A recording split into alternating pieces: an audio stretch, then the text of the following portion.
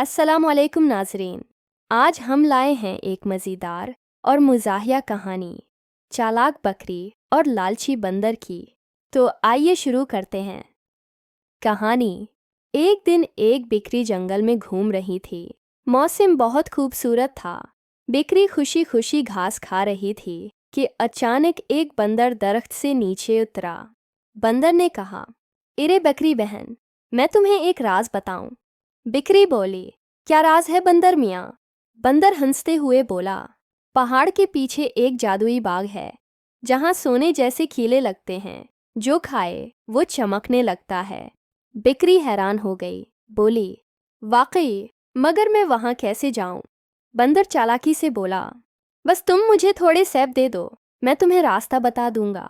बकरी ने फौरन कुछ सेब दिए। बंदर ने सेब खाए, हंसा और बोला, अच्छा, अब सीधा जाओ, फिर दाएं मुड़ना और जब तुम्हें एक बड़ा पत्थर नजर आए वहीं रख जाना।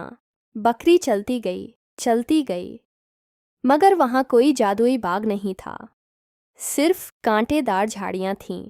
बकरी को समझ आ गया कि बंदर ने उसे बेवकूफ़ बनाया। अगले दिन बकरी ने बदला लेने का प्लान बनाया। बकरी ने बंदर से कहा, बंदर भाई, आज एक तालाब में जादुई मछली है जो जिसे पकड़े उसे सोना देती है। लालची बंदर फौरन तालाब में कूद गया, पर वो फिसल गया और सारे कपड़े गैले हो गए। बकरी जोर जोर से हंसने लगी। बंदर ने कहा, बस बहन, आज समझ गया, लालच हमेशा नुकसान देता है। नाजरीन, देखा आपने, लालच का इंजाम हमेशा बुरा होता है।